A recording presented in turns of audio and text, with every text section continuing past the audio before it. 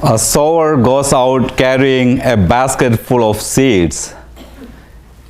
He grabs a handful of seeds and spreads them in the field, allowing them to fall on different grounds. Some fall on the hard-packed path and eventually become food for the birds. Some fall on the rocky ground and begin a promising start, but scorch and wither away as quickly as they sprout. Some fall among the thorns and deprived of light and space, so eventually get choked out. And some fall on good ground, producing fruit. Interestingly, seeds from the same basket produce no fruit on unfertile grounds and 30 to 100 fold fruits on thriving grounds. Delving deeper into the parable, I figured the sower who is so careful in selecting the right seeds, processing them, and sowing them with the same hope on all grounds must be the divine sower of the word. He does not evaluate the qualities or potentials of the grounds. No ground is undeserving or left unsown, but the yield depends on the grounds on which the seeds are sown. So the question is, are our grounds thriving enough to germinate the seeds sown by the divine sower?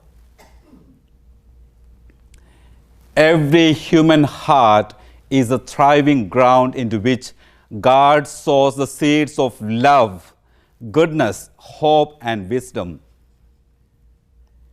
But like the birds who are smart enough to recognize the feeding ground, feeding opportunities, the devil is smart enough to know he can easily peck at our opportunities for growth and spiritual maturation. In the parable, the word scorch denotes burning from without, and the word wither drying up from within. How often do we let ourselves be scorched and withered by the external forces of conflicts, broken relationships, work pressures, or internal forces of egoism, insecurity, discouragement, and hopelessness? The thorny weeds in the parable have prolific energy to quickly overpower and choke the seeds by feeding on the nutrients that the seeds need. How often do we succumb to the thorny priorities of unhealthy relationships, obsession toward riches, fame, and wealth that take away the nutrients needed for our family and spiritual flourishing? According to the parable, the yield depends on the condition of the ground. Our response to the divine sower depends on the disposition of our hearts so that the divine seeds in us can germinate, take root, and grow into maturity, bearing abundant fruits. What more should we do to make our ground more thriving? Can our families be the thriving ground for the seeds to grow through family prayer?